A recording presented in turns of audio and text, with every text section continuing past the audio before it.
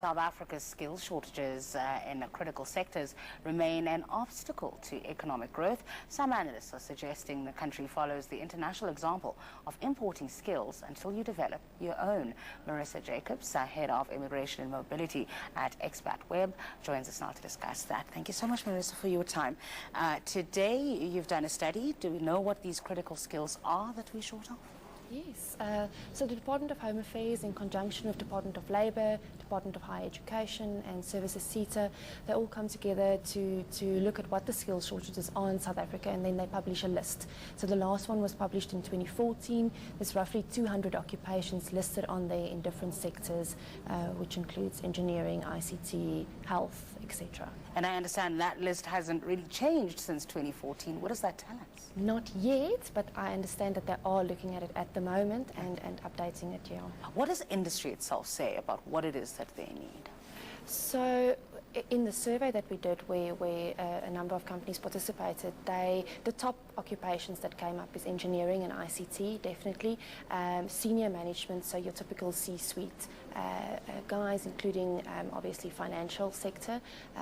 Those were the top ones. Okay, let's talk about the process then of bringing in expats, people who want to come in and fill in these gaps. Is that process difficult? Why is it that it's difficult to fill these posts with immigrants, for example? Good. So the Immigration Act provides for bringing in people under Section 19 of the Act. So there's several categories of work visa, mainly three. So intra-company transfers, so those are used by big multinational firms who want to transfer skill from a foreign office to a local office, and that usually goes hand in hand with a skills transfer plan. Then secondly is the critical skills list.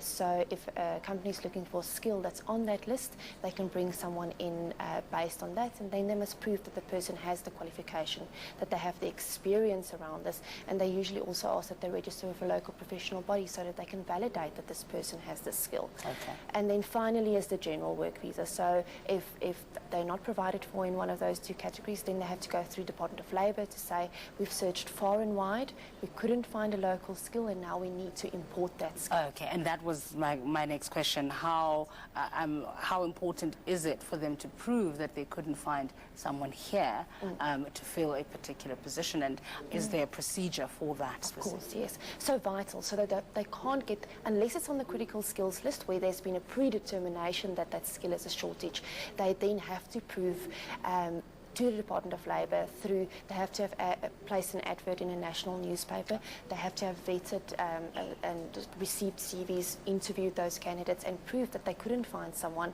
suitable, and only then will the Department of Labour issue a certificate to say, yes, we agree, this skill doesn't exist in South Africa, and yes, you may bring them in. Okay. So why is it then that we have a shortage if we've got a procedure and a process that people can follow to bring in immigrant skills? I guess lots of companies are afraid of bringing in people from abroad. The process seems very daunting, and they are reluctant to take it on. But it's not as scary a beast as it might seem. Okay, let's talk about the skills transfer, because I imagine that that's a massive part of any strategy. If somebody's going to do this, then they have to ensure that there is a level of transfer. How do they normally do it? So if they're bringing someone in on an intra-company transfer, it's at the application process, the department will ask them to draw up a skills transfer plan and present that with the application. And depending on where they're submitting the application, the embassy will go as far as to ask, have you identified a person who you are transferring the skill to? Can we see their employment contract? And you have to detail in that skills transfer plan exactly what skills this foreign national has and which of those skills is he going to transfer. Would you say that our immigration system is flexible when it comes to particularly this particular issue? I wouldn't use the word flexible to describe our immigration system. Yeah. No, I don't think it's very flexible, but I think that's why there is regular changes in the Immigration Act and regular review of these critical skills lists so that it can adapt to the changes in the market. All right, we'll leave it there. Thanks for your time today. Marisa Jacobs is Head of Immigration and Mobility at Xpatweb. Well, tax